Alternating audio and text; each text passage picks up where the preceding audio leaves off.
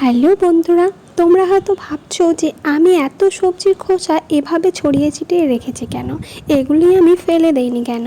আসলে এগুলো আমি এখন আমার এই গাছগুলোর মধ্যে দিয়ে দেবো। অনেকেই কিন্তু এইরকম ভুল কাজ করে ফেলো যে সবজির খোসাগুলো সরাসরি না শুকিয়ে গাছে দিয়ে দাও। এভাবে কিন্তু গাছে অনেক ধরনের প্রবলেম হতে পারে, সেটা আমি অন্য ভিডিওতে বলে দেবো কী প্রবলেম। কিন্তু তোমাদেরকে বলে দিচ্ছি, এভাবে কিন্তু গাছের মধ্যে কখনোই না শুকিয়ে সবজির খোসাগুলো দেবে না। দেখো বন্ধুরা, আমি এখানে কিছুদিন আগেই 2 থেকে 3 দিন আগে একটা ড্রাগনের ছোট্ট ডাল কেটে পুঁতে রেখেছিলাম, সেটাই এখনও কিন্তু বেঁচে আছে, জানি না হবে কি না। আর এখানে দেখো আমার ড্রাগন গাছটা বেশ বড়সড় হয়েছে। আর কয়েকদিন আগেই কিন্তু আমি এর মাথাটা কেটে দিয়েছিলাম অল্প করে। আর দেখো বন্ধুরা, এটা থেকে নতুন একটা কুশি বেরিয়ে এসেছে।